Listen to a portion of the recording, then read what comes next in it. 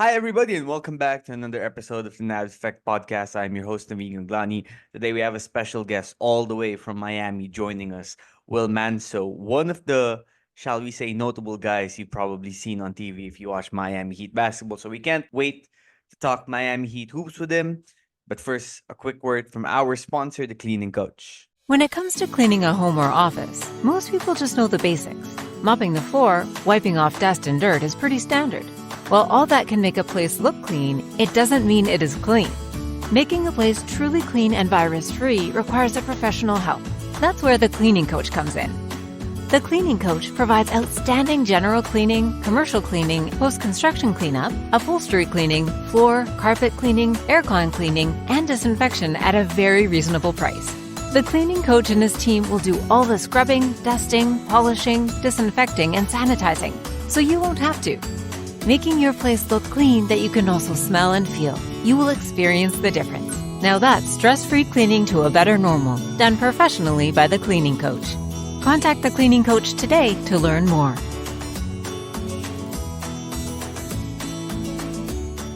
Okay, we're back. We're joined by Will Manso, one of the presenters of Miami Heat basketball for Bally Sports in Miami, Florida. He was kind enough to say yes to joining me for this podcast. You know, Will, it's so funny because I'm not sure when we followed each other, but I think we did that maybe sometime during the World Cup last year, which was held in Manila. And of course, Eric Spoelstra, the Filipino-American basketball head coach, was here. Got to cover him. So believe we started talking with each other. And I didn't tell it to you then, but then I knew. I was like, okay, one day I'm going to invite Will to come on the podcast. And then lo and behold, I thought, what better time than now the playoffs are approaching. The Yeah, Heat might be turning the corner. I don't want to say it because I feel like every time I think they finally turned the corner, finally playing yeah. better as we're recording this, 42 and 33, they just beat the Knicks. This pod is probably going to come out after they, I was going to say after they beat the 76ers, but who the hell knows what's going to happen, right? Who knows? Yeah, let's hope. Who Yeah, let's knows? hope. Let's hope. Let's hope. But I thought a great time to talk about the team. Handful of games left before the postseason starts. So I guess I just want to begin by asking you, where are you with this team right now? Because I'm stuck in a bit of a tricky position with them. You know, Mhm. the whether you want to talk about the long offensive droughts, whether you want to talk about how against other superior teams they just don't have the size, or whether you want to talk about how their body of work since the regular season has started has been shadowed by inconsistency, whether that's play Mhm. on the court or lineup changes, injuries, guys being in and out. And you can think of Everything. many other Yeah. reasons, like their franchise player, maybe sometimes according to Josh Hart, busy doing side quests, rather than focusing on the main It's a quest. good way to put it. Yeah. That was a great quote for sure. That was a great quote. I appreciate that from Josh Hart. I didn't appreciate the injury last playoffs. Now that I can't forget. But when you think about okay, so what's the argument for believing that this team can maybe go far again in the postseason? Talking about the Heat, and it just goes back to, well, they've done it multiple times. 3 out of the 4 Yeah. years they've been together in the Jimmy and Bam era under Coach Poe. They've made the Eastern Conference Finals, made the NBA Finals twice. The only time they Mhm. didn't make the Eastern Conference Finals, 2021, was when they were coming off the shortest offseason in NBA history. Yeah. It was a COVID season. They had many injuries that season too. I can't even begin to go into that. The seedings didn't really work their way. So where are you with this team? Are you also of the standpoint that at this point, really, the main reason to believe that they can go back to the NBA Finals or go on another deep playoff run is because they've just done it already in the past, and a lot of the main Yeah. core, well, the main core of Jimmy and Bam really are the only ones who've been there, the constants, together with Spo.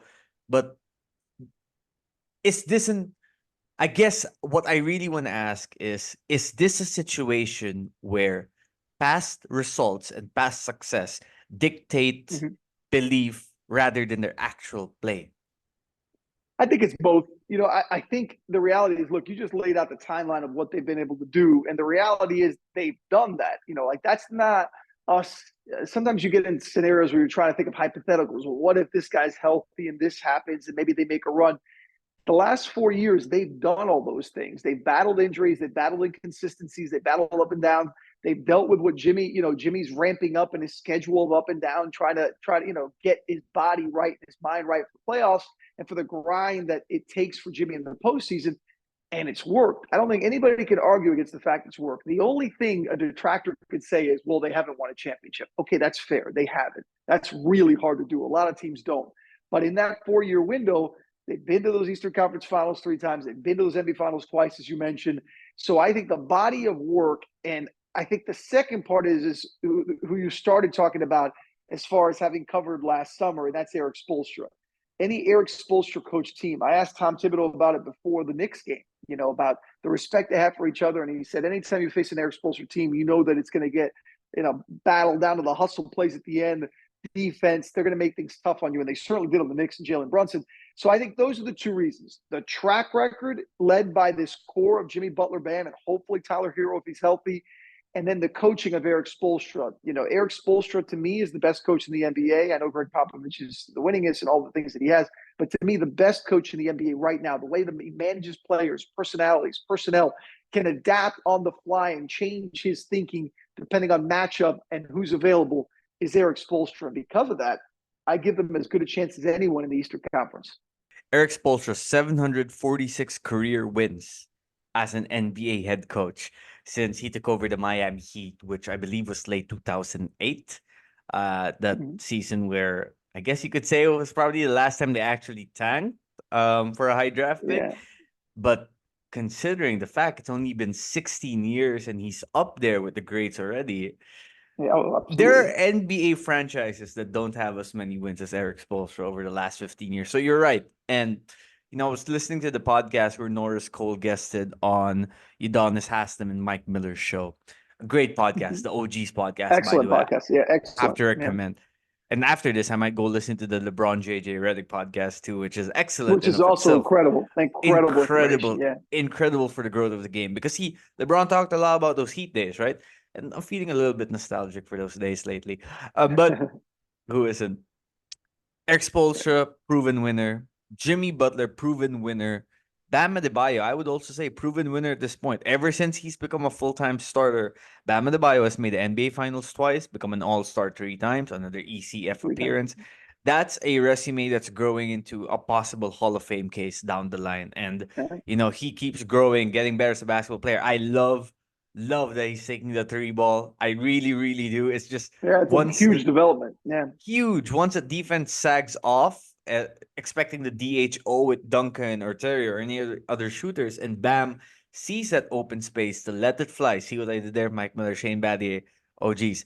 And he makes it now. He's been making it consistently, and you can see the confidence building, and it's great because I think that's a weapon that he's going to make a 3 maybe at some point in the fourth quarter of a playoff game this year. Oh, absolutely. And we're going to be like, every one of us who have been waiting 5 years for this are going to be like, hallelujah. Attention all Ateneo supporters and fashion enthusiasts. Get ready to elevate your game day style with Get Blue's latest masterpiece, the all-new hoodies. These aren't just any ordinary hoodies. They're the best Get Blue that's ever come out with. Crafted with precision and passion, each hoodie is a testament to their commitment to quality and style. And guess what? They come in 3 stunning colors: cream, royal blue, and navy blue. But wait, there's more. The new hoodie features textured and embroidered patches on premium peak fabric, ensuring a luxurious and comfortable feel like no other. It's the perfect blend of style and comfort, making it an absolute must-have for the remainder of UAAP Season 86. But here's the best part. You can own this game day essential for only 2,500 pesos each. That's right, premium quality at a great price. But remember, true fans always buy original. Avoid imitations and support the Ateneo varsity teams in style by purchasing from Get Blue's official stores. With Get Blue, you're not just buying a hoodie, you're investing in the pride and tradition of the blue and white. Don't miss out on the opportunity to stand out in the crowd and show your unwavering support for the Ateneo varsity teams. Get your hands on the new hoodies today and let your Blue Eagle pride soar to new heights. Visit Get Blue's official stores to secure your hoodies now. Hurry! Quantities are limited. Now, you mentioned Jimmy ramping up, which I think is the key here. Now, there are signs usually when you start seeing Jimmy ramp up. One, you see a lot of that meme posted on social media where it's a part of the calendar where it's a gym VP. Or two, you look at his Instagram stories, he's posting workout videos with Chris Brickley, his trainer who started working with him, if I'm not mistaken, for the 2022 season. And since Brickley's Mhm. been working with Jimmy, he has just been exceptional in the playoffs. Yeah. And you kind of just see a little demeanor. It hasn't been as consistent this year. I don't know why. I like in the game against the Knicks that we had just watched. It's not that Jimmy wasn't aggressive. I just felt like whenever you look at what the Knicks defense was doing, they had 10 eyes looking at Jimmy, waiting for him to attack the paint. And that's why he was reading the Yeah. defense, seeing who was open. Terry had it going, making the right plays. But as someone who covers the Heat, as someone who sees this team often, someone who's seen Jimmy since he got to Miami, what are the little things people don't know about what Jimmy starts to do when, as you say, he starts ramping it up for the playoffs? I mean, I think number one is you sort of touched on at the end there about I think what people forget about Jimmy and ramping up, right? And Jimmy in certain big moments, especially in fourth quarters, is that the opposing team knows that too. So it's not like, he didn't put up big numbers against the Knicks, but he made a lot of the right basketball plays. And I think sometimes people get lost in the whole playoff Jimmy and ramping up Jimmy, that they expect Jimmy's just going to get the ball and score 40 and get a triple double because he's done it in the finals, because he's done it in big moments, because he had that 40 something point performance in Boston, because he's done these things that we've seen over the course of the last 5 seasons. But what they don't understand is the opponent knows that. So they're going to throw all their bodies. They're going to throw all their efforts on making sure Jimmy doesn't do that. And there are going to be times, and I give credit to the Knicks. The Knicks are excellent at this, where they're going to just throw multiple looks and multiple bodies at Jimmy, and they're going to find a way to slow him down. And when I say slow him down, meaning he's not going to get 40 points. He's not going to get 36 points and 15 assists. But he's going to make the right basketball play, the extra pass, the drive, get to the free throw line, kick it out to Terry. Or he's going to defer to guys who are in position to make plays. In that game against the Knicks that we keep referencing, Terry Rozier was the star of the game with 34 points. Oh, And in the big incredible. moments in the fourth quarter, Amazing. yeah, he was, it was the ball was in his hands and he was decisive. But here's the difference. And I think this is what's the evolving of this Heat team, especially with the addition of Terry. And as you mentioned, the development of Bam. The last few years, I think if the ball wasn't in Jimmy's hands in the final moments, Heat fans would be panicked. Come on, man, get the ball to Jimmy. Jimmy has to have the ball. Jimmy has to have the ball. He's got to take the shot. I don't Yep. think you feel that way. I mean, Terry had a game-winning shot recently. Bam had a game-winning shot recently. I think when Tyler's healthy, you have confidence that he can take a big shot. Duncan, you're okay with taking big shots. And yes, Jimmy, you want. So I think to answer your question, Jimmy behind the scenes, we see it. We see it at the arena. You see it, and others see it at social media. Jimmy understands his body better than probably any athlete out there outside of LeBron, because nobody knows their body better than LeBron. That's why he's 40 and still, playing the way he's playing. But Jimmy understands what it takes for his body to get through that grind. And that almost superhuman thing that happens with Jimmy when the playoffs start is not a switch. It's a progressive build. And Jimmy's near the top of that build now as the Heat approach the final 7 games and then the playoffs. What are some of the things Jimmy does to take care of his body, or what are some of the, Oh, man. I mean, trends stretching, he changes? Yeah, go on. eating right, working on his core strength. Jimmy is, I mean, I say this with all due respect, he is chiseled. He's cut like I would say like a Greek god, except you Yep. look at Jimmy. It's not in the sense of like the big, bulky cut guy. He is the lean, fit, and all of that is Jimmy's work. And you mentioned his trainers and the people he works with, the Heat staff as well. Jimmy, again, he understands the stretching. I mean, hours of stretching in the course of a week of just, you would think that it's boring and monotonous. Hey, go take shots. You're an NBA player. No, he's making sure his legs, his muscles, his arms, his body is right. The stuff he does in recovery and, making sure his body's rested and icing and heating and all those things. Again, people sometimes think of the old school that the player shows up, takes a few shots, goes home, eats a meal, comes back, plays the game, puts a couple ice packs on, comes back the next day, does it again. The science of the game, and I mentioned LeBron, nobody does it better than LeBron, but the science of the game and development and taking care of your body is at a level it's never been. And Jimmy's at the forefront of that. There's a reason he looks the way he looks. There's a reason he plays the way he plays down in 60, 70, 80 games into a season where he's kind of finding that path and he can go through an entire playoff push and look so fresh, so incredible is because the things he does throughout the course of the season and every single day, not just at the end, not just in the beginning, every single day to keep his body and his mind right. So you're thinking that once the playoffs come around, or maybe in the play-in, if that's where the Heat has to end up earning their playoff Oh, spot, we're hopefully going to not, see man. the Jimmy closer to last season's playoffs rather than the Jimmy we've seen in the regular season as of late? Yeah, I think so. Look, there's going to be a day where Jimmy's not going to be playoff Jimmy, and it's gonna falter. The only time we've ever seen it, and you mentioned it, was the year after the pandemic or the year after the bubble, where they were just gassed. They had the short off season.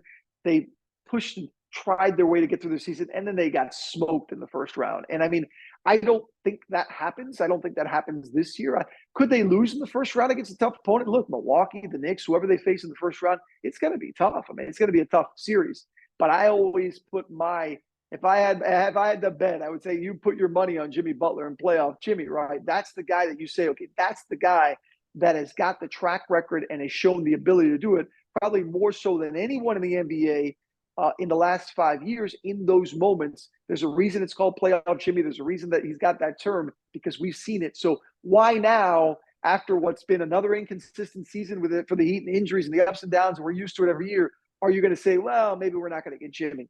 To me, as long as he's healthy, you're going to get Jimmy. Are you ready to transform your home into a premium fitness haven? Look no further than Fitspire, your go-to destination for top-notch home gym equipment designed to take your fitness to unprecedented heights. Immerse yourself in a world of possibilities with their versatile range of premium gear, including yoga equipment for serene workouts, adjustable dumbbells and kettlebells for customized strength training, roller wheels and push-up bars to sculpt those abs and arms, jump ropes, foam rollers, and stability balls for an all-rounded workout experience, stylish and efficient cooling towels to keep you refreshed, and sport water bottles for staying hydrated in style. Fitspire's equipment is not only durable but also space-saving, allowing you to create your dream workout space without sacrificing aesthetics or functionality. Whether you're a fitness novice or a seasoned pro, their collection caters to all levels. And here's the real game changer. As a special treat for our podcast listeners, we're offering an exclusive 10% off on your purchase. Simply use the code word NAVSEffect10 upon checkout at www.sunbeamslifestyle.com. It's our way of saying thank you for choosing Fitspire. But that's not all. For an even more seamless experience, download the Sunbeams Lifestyle app, available on both iOS and Android platforms. Browse their collection, stay updated on fitness trends and exclusive deals. Transform your fitness routine from ordinary to extraordinary with Fitspire. Don't just dream about your fitness goals, achieve them in the comfort of your own home. Visit www.sunbeamslifestyle.com, use code NAVSEffect10, and let Fitspire be your fitness companion on this incredible journey.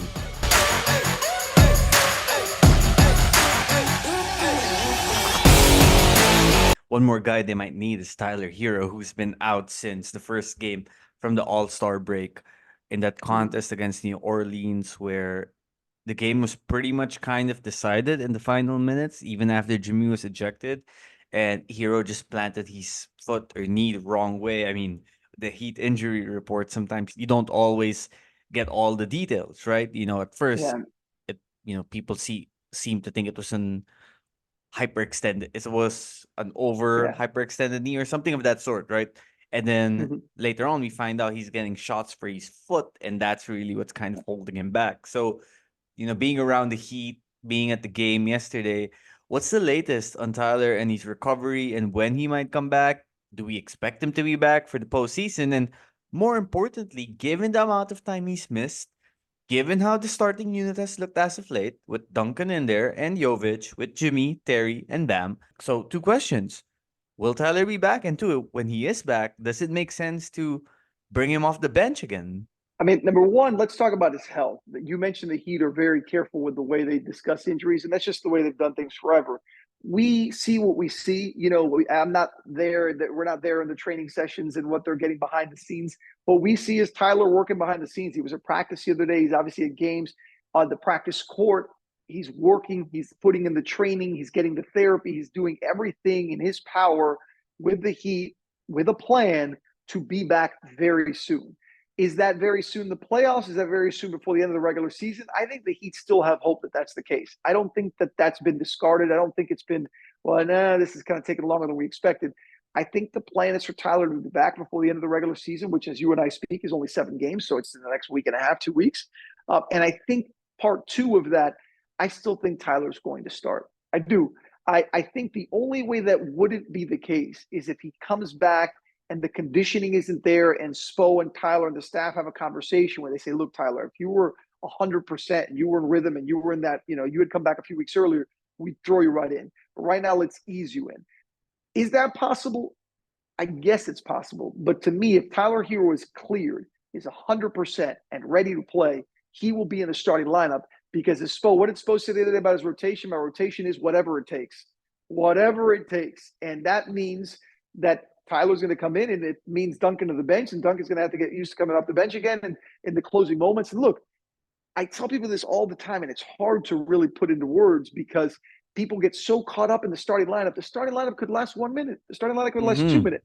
And What matters is Spo has always said the closing lineup is more important, right? Yes. So to me, it's how many minutes is a guy playing and who's closing. Perfect example, the Knicks game. Haywood Highsmith has been a starter for the Heat. He has started for the Heat in the last couple seasons. And there was a stretch where it looked like he would be one of the key starters, right? Because of his defense. Well, guess what? He didn't close a lot of games. Well, what happened against the Knicks?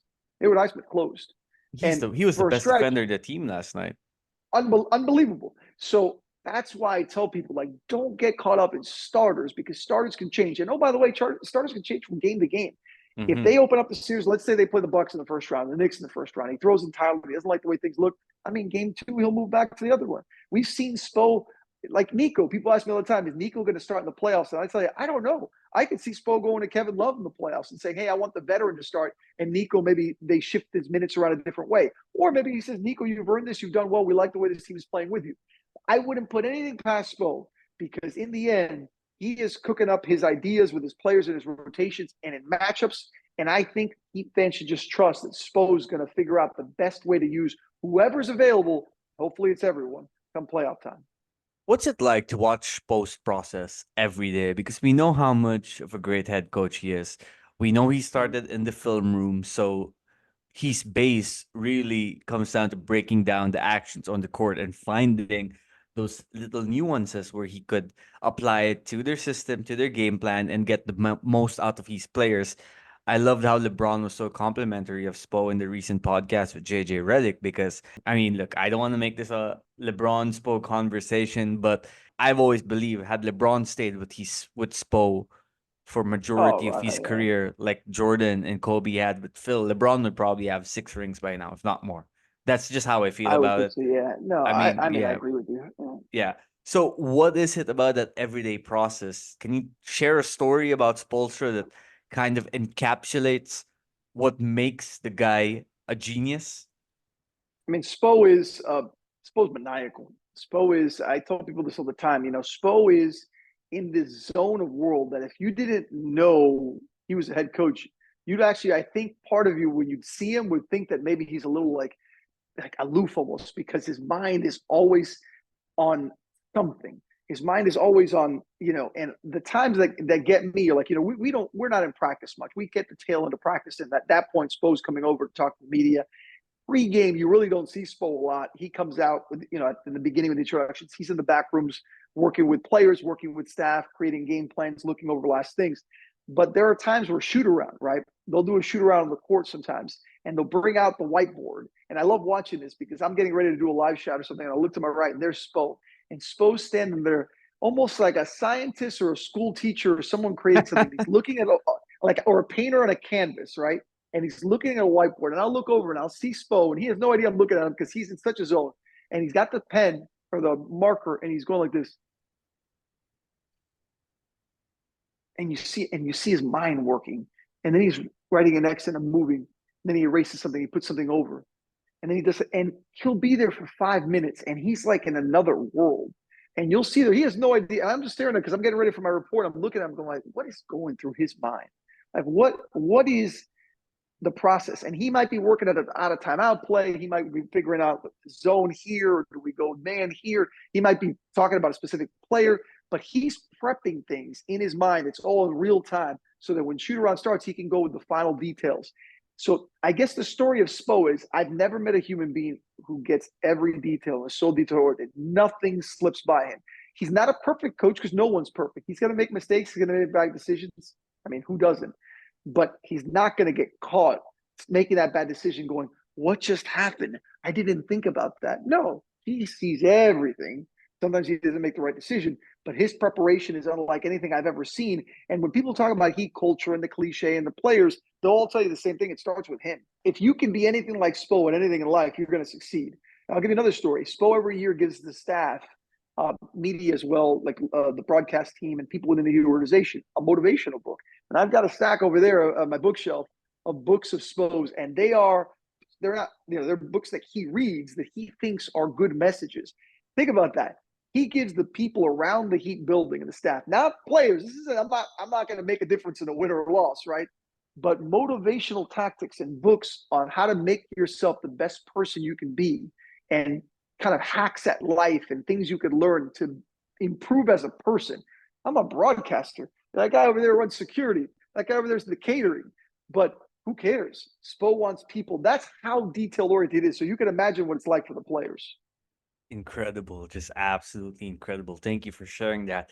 And I don't think that people also realize Spo is kind of a big dude, like physically, like he is tall, despite his age, he's well built. Like Yeah, you he keeps never himself in would shape. really, you never really saw it when he would wear the suit coats back in the day. But since the NBA coaches have changed their fashion, Yeah. I guess so to say, to something a little more chill, casual, laid back, Yeah. this guy actually looks like he can play with these players, Well, right? he did. He He looks did like back in the day. That's what he did back in the exactly. day. He I would mean, he work looked with Dwayne on the court all the time. I mean, they would exactly. be pushing when obviously Spo was a lot younger, but Spo's in his early to mid 50s. He's in great shape and he takes care of himself. The funny thing about Spo, I got a funny story for you. When the Heat were in China, he went to China for the China games, and that was the Big Three era.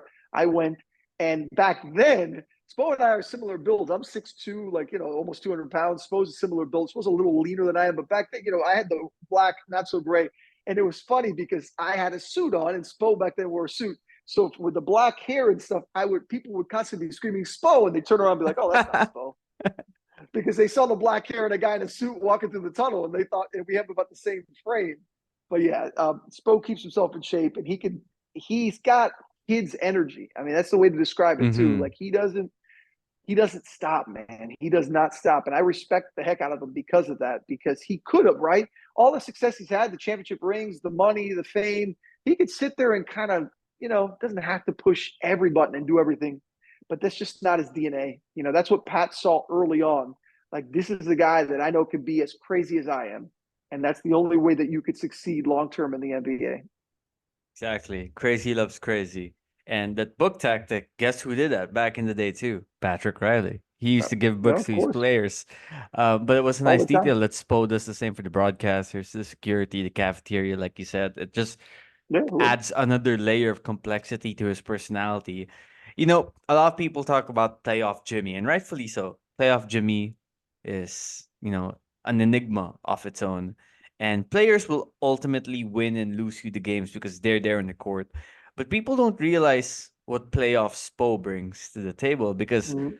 let's not forget this guy was coaching in the playoffs his first full season as the head coach of the Heat back in 2009.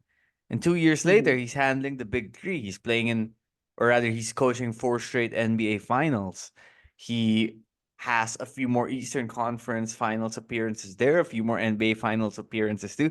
So, come playoffs, when you have to beat the team 4 out of 7 times, and you have to game plan for every single thing the opponent might do or what the opponent might want to throw at you, and you think of every counter, and if you think of every Mhm. mix up that you could just add into the equation to muck the game up, which we know works to the Heat's favor. Once the game He mucks loves up, to. gets a little He loves that. ugly, you know, find the beauty in the chaos. That's really been their basketball style.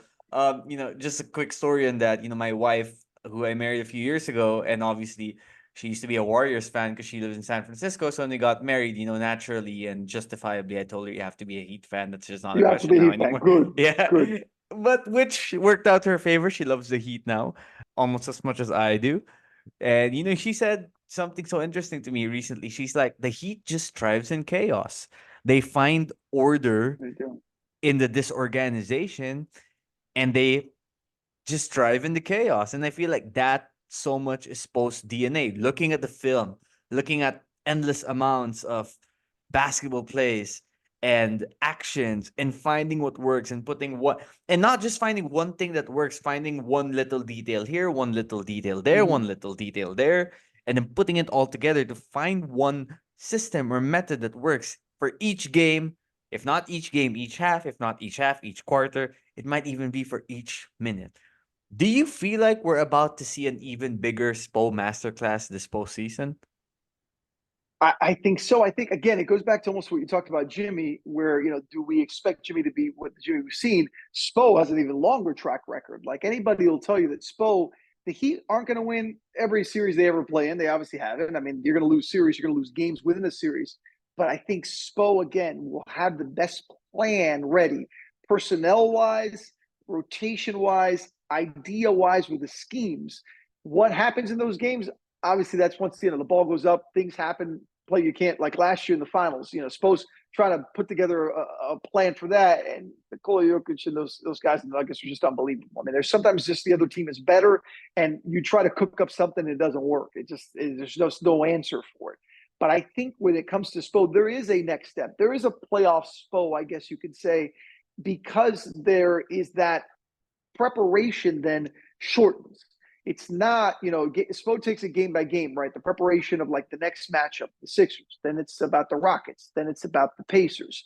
In the playoffs, you're playing one team. It's about that one team. So in a shortened window, you have Eric Spoelstra saying, how do I slow down the other team's best player? How do I unlock my team's best player? How do I give my team a best chance to win against that roster and that team? And that is a different level of coaching that, again, few in the NBA, few ever, Eric Spoelstra, one of the best to ever do it, can do it like Spo. So, yeah, I think there is that. I think that's a part of the equation for sure. Fantastic. And I think we're going to see if the Heat go far again this postseason. A lot of it is going to be because of how Spo just confuses opposing coaches, opposing players. And I feel we're also at the point now where, and this happens with veteran players, right? You see it with LeBron even till now, as he his 40, it's ridiculous what he's doing. You see it with Steph. You see it with Jimmy to some degree. The older guys, once the mental development catches up there with the physical, they're at the same level. There's just a certain amount of execution there. And we've been here enough times, level of experience that they will figure it out. And when you think Mm-hmm. about the coaching battles, really, in the Eastern Conference, which coach could match Spo in terms of playoff experience, being there in the dogfight late in the fourth quarter, Mm-hmm. making moves? Look, you probably know this too. A lot of coaches, they're probably there in the middle of the fourth quarters. They're thinking, but should I make this major change right now? Should I make the substitution right now? Should I change matchups defensively? Should I change the offensive game plan? Maybe run it through another player. Okay, but what happens? We've been running it a certain way. I mean, this are growing pains coaches go through. We know because we saw Spo go through it in the early days of the Big Three, and I feel like Spo at this point, at least compared to his contemporaries, might have a little bit more experience and Oh, confidence in absolutely. making Yeah. those decisions. Yeah. Like in the East, is it only Doc Rivers who could probably say that I mean, he and could I would match say, Spo? And look, yeah, I don't think Doc Rivers can match Spo. I mean, that's just me. I think Doc Rivers is a very good coach. I mean, but I think, especially with that team taking over mid-season, all the stuff going on oh there, for I'm sure, taking my yeah, chances with Spo 10 out of 10 times. And then Joe Mazzulla's got an incredible roster. Obviously, he's got the inexperience we saw last year in those matchups. Doesn't mean the Celtics couldn't beat the Heat. They've got an incredible roster, and if they do the right things, of course they can. Same with the Bucks, by the way. I think Tom Thibodeau is probably the answer in the sense of maybe he doesn't have the success playoff-wise and stuff, but he's a really good coach. I like Tom Thibodeau, and I think he has an understanding of his roster probably better than anyone in that conference outside of Spo because he's been around them for a few years now. He understands the personnel. He's helped and seen the development of Jalen Brunson. the guys that they've added, if they're healthy, especially OG Anunoby, the defensive schemes that Thibodeau likes to run, those would be in the muck, in the mud type of games. Those would be frustrating, tough games to watch. So I think he's the guy probably I would point to and say, okay, I think he could devise a plan to try to stop and slow down Jimmy and let other guys beat you and see how it goes. Absolutely. You know, Nick Nurse, I would probably add to that list to some degree. I think Nick Nurse is a good head coach. Yeah, he's Tibbs, a very good coach. defensively, yes. He might need a better understanding of when to rest these players sometimes. I just have Yeah, to say but come that. playoff time, Add yeah, that. come playoff time, yeah, that's more of a long season thing. Come playoff time, it's all hands on deck. You got to play as many Right. minutes as possible. And then look, Nick Nurse winning a championship. Obviously, he's on a new roster. He's got a new roster. What's going on with Embiid, Maxey, Harris, those guys? I mean, I just think personnel and coach match wise, outside of Spo, I think Tibbs is probably the answer. But again, sometimes that doesn't matter. Coaching is very important. We obviously see that with Spo, but sometimes you just have a better roster. You're a great team. That's I love true. Malone in Denver. He out west. He's a guy that I look at and he gives me Spo vibes. Like he's the kind of guy that just Mm-mm. really he gets how to adapt and he Uh, understands how to do the things. And coaching style, yeah. The the coaching coaching said, "Oh style, no, not yeah." yeah. I like Not the that public he's got. comments. Oh no, not that. No, I mean Spo's unlike anybody. Spo doesn't. Yes, but when it Yeah. comes to the public and stuff, but just the style like that, he's a guy that I trust that I think can get the most out of his roster and understands his roster as good as anybody. All right, final two questions for Will. And again, I'm so thankful that you have joined me here for this Oscar, my podcast. pleasure. It is a privilege to have you. Terry Rozier seems to be finding a comfort level with this Heat team, just right in the nick of time as the playoffs are approaching, as Mhm. the status of Hero remains unclear, as it's clear that this team still goes through some crazy offensive droughts. There's a comfort level there for Rozier. He's being more aggressive, looking Yeah, for his shot, firing it up from downtown. Spo mentioned this after the Cleveland game where they were making an effort to get Rozier to attempt more threes rather than some of those long twos he was taking a lot of when he first got to Miami. And you're seeing it with his shot chart, shot diet. It's changing up more long range attempts, which is good because the Heat need those 3 pointers, especially yeah. because Jimmy and Bam operate in that mid range area, which they're so good at already. But off the court, in terms of being in the locker room, how he connects with teammates, how he converses with teammates, with the coaching staff, with you guys in the media, with the training staff, with the fans, off the court, how is Terry getting comfortable in Miami? What are the signs that kind of show, okay, he's starting to really settle in this place? I mean, I love Terry. I've been so impressed as he got here. What I loved about him when he arrived is that he came in, as you would expect, even as a veteran, a little hesitant as far as trying to do too much because he doesn't want to step on any toes. I think he really is a professional. The Heat were just every day from a basketball perspective. Terry, be yourself, be you. Don't try to fit in and try to be like, oh, I can change. But no, be you. Attack, finish, drive, step back, take the little things you mentioned about the shot chart and where to take shots. Yeah, the one catch shoot. Not doesn't have to dribble as much. And Terry talked about it after the game. In Charlotte, he had the ball in his hands and he kind of had to always create. Now there's a little bit more, hey, be that, catch and shoot guy. It's okay. And also create, be you. So I think initially it took a little while, no matter how much the Heat told him. I think the funny thing is now is players and Spo, like around the locker, around they're like, man, it's about time. Terry, you're being you. This is the Terry we traded for, the Terry we know you are. And I think Terry, to his credit, man, he's such a humble guy. He's been great around the locker room. He's been great with the players. You mentioned the fans, the media. He's just a really likable guy. And let's not forget that Terry was a Heat fan. Terry grew up a Wade fan. Terry loved the culture. When he got here, he was talking about Heat culture as if he'd been in Heat culture, and he really buys into it. And we talk about it all the time. And I know you understand what Heat culture is. There are people that roll their eyes at it. There are even players that roll their eyes at it. But if you embrace it and you accept it and you appreciate it, man, it can help you. And Terry realized that from day one. And now that he has finally let loose and is being scary Terry, you are seeing it on the court. 34 points against the Knicks. A game-winning shot the other night. The aggression. He's shooting like 60% from three or something the last 3 games, averaging 28 points a game. I mean, this is Terry Rozier at his finest. And this is the Terry Rozier that he need. He's been a perfect fit since arriving on and off the court. Was it concerning to some degree at first when the trade was made that part of the package you were giving up to get Terry was Kyle Lowry, who, in addition to, let's be real, he was helpful in those last two playoff runs. For all these Yep. limitations, there were areas where he really contributed as well. I thought that next series, last postseason, he was instrumental. But in addition to Yeah. that, too, we know his relationship with Jimmy, how tight those two are. They would go together on the road a lot of times. They would spend a lot of time with each other in the locker room too, and just being buddies because they were buddies way before they got to Miami, right? So was there concern at first that maybe the departure of Kyle, given his relationship to Jimmy, would have Mhm. probably impacted the chemistry that Jimmy could potentially build with Terry? Although at this point, Yeah. now that we're looking at it, those two seem to get along well. But at first, Yeah. were there Yeah. concerns?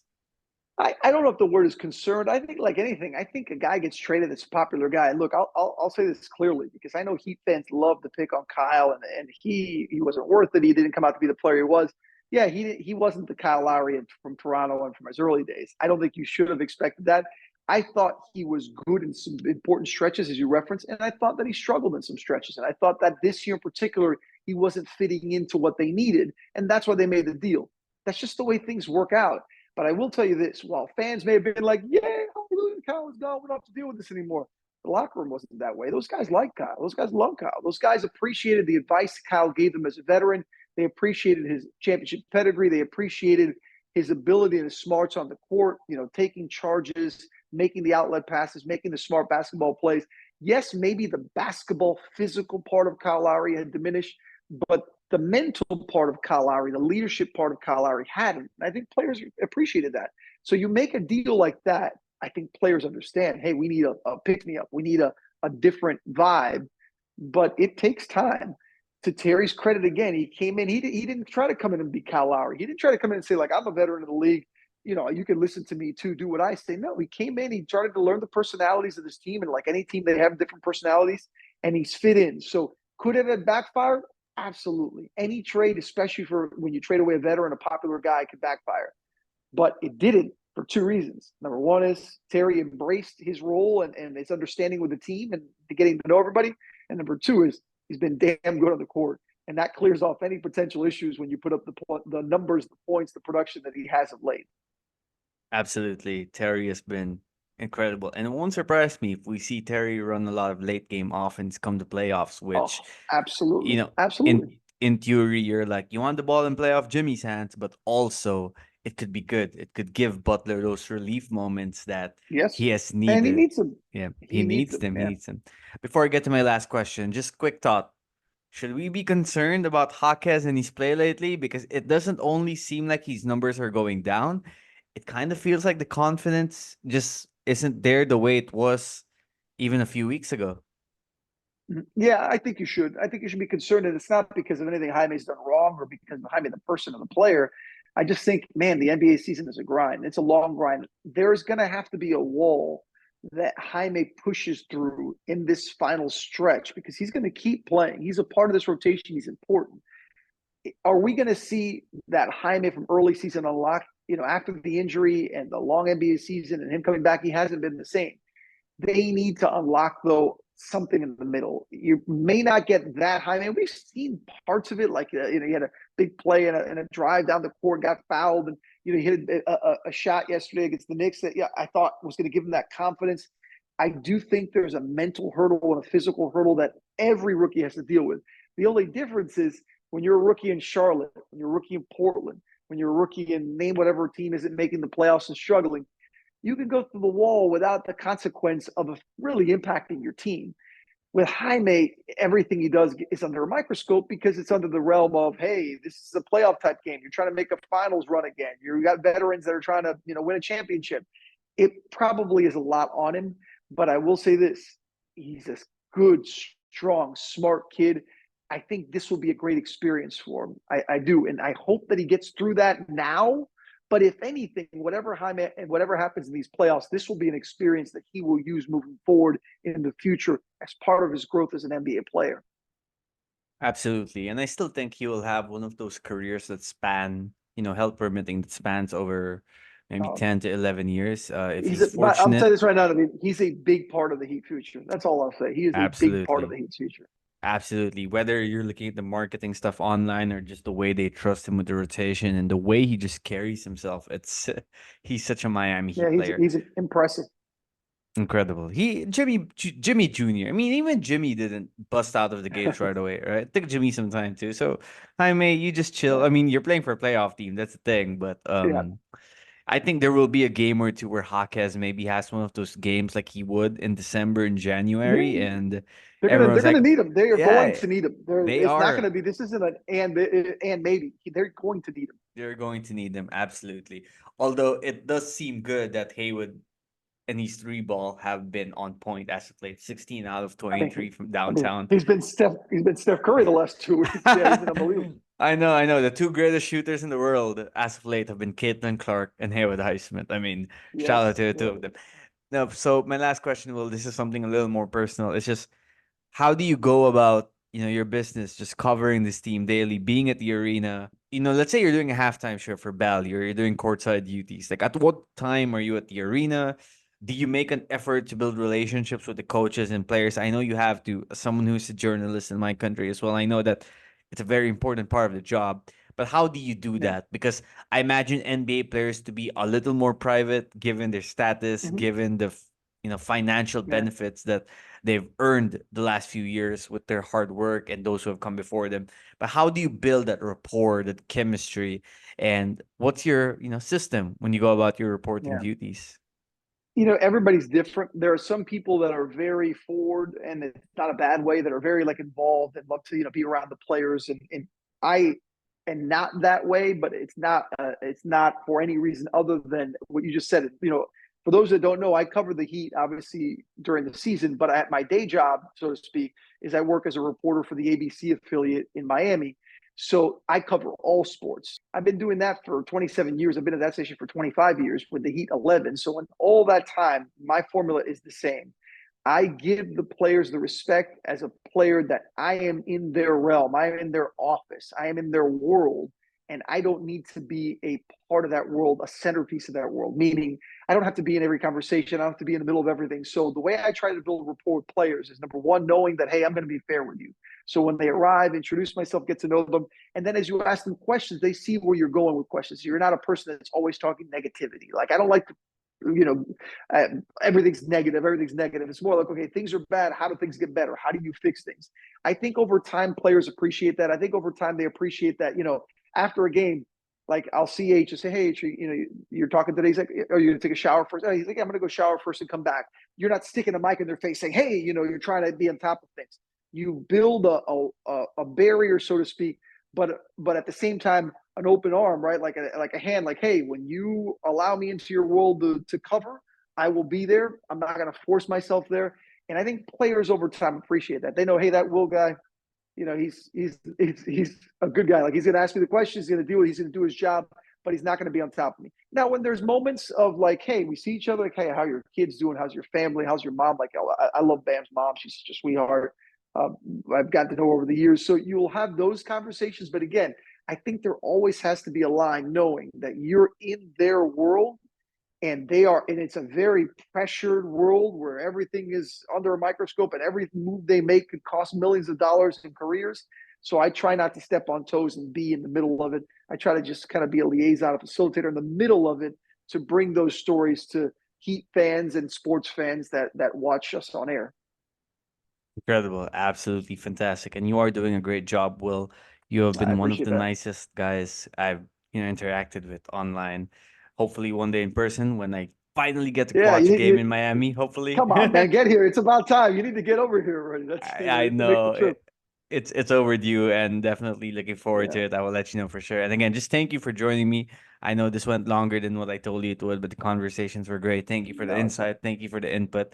Continue doing a great job. Why don't you tell the listeners where they can follow your work? You can follow me, for those on X, I guess, formerly known as Twitter, right? You can just follow me at Will Manso, my name, WILLMANSO. And again, I work at the ABC Miami. So for those of you that ever in South Florida, you can see there in Bally Sports, doing Heat games here. Every season, this exciting push begins. So I look forward to more online conversations. We'll be chatting for sure during this playoff run. Absolutely. You want to make a prediction before we go? How far the Heat goes? No, I don't. I don't. Only because I have no clue. Like I will say this: I think the Heat win at least the series. How about that? I do think the Heat Okay. will win a Okay. series. That's I good. do. I don't That's think they're a one. I don't think they're a one and done team. I think there's a run left in this team. How far though will be based on health and see what happens. But I do think this team has something left in them. okay. Let me change that a bit then. What if someone went back to you, your version in 2019, just as Jimmy Butler, technically trade was traded, but really he signed with Mhm. the Heat, right? Um, because he wanted to be in Miami. What if someone told you in 2019 that in the next 4 years, after Jimmy comes to Miami, they would make two NBA finals, get within one shot of making a third NBA finals, go to the playoffs another time, two more times at the least when we include this season. I'm guessing you and many other Heat fans would have taken that in a heartbeat right away. 100%. I would have said, and that's why no matter what happens, the Jimmy era has been a success. Everything can't be just okay. They won a championship or not. And look, I still have hope they can win a championship, but it's hard, man. It's hard to win a championship. And when you look and you stack up the track record of the last 5 seasons now with Jimmy and what this team has been able to accomplish, while they haven't reached the ultimate goal, and that really is obviously what you want, the championship, it's been a success to me. I mean, it's been some great moments for Heat fans, some frustrating ones too, some up and down moments. And trust me, I'm no different. I may cover the team, but I'm a fan. Like I'm ripping the hairs out of my head, and I'm getting frustrated as to why they can't finish games in the fourth, and why the third quarter slowdowns, and all the things that happen. But in the end, the big picture, it's been fun. It's been fun, and hopefully, there's a lot more fun to come. It's not over yet. Absolutely. Will Manso, everybody, thank you so much, Will. Appreciate it. God bless. My pleasure.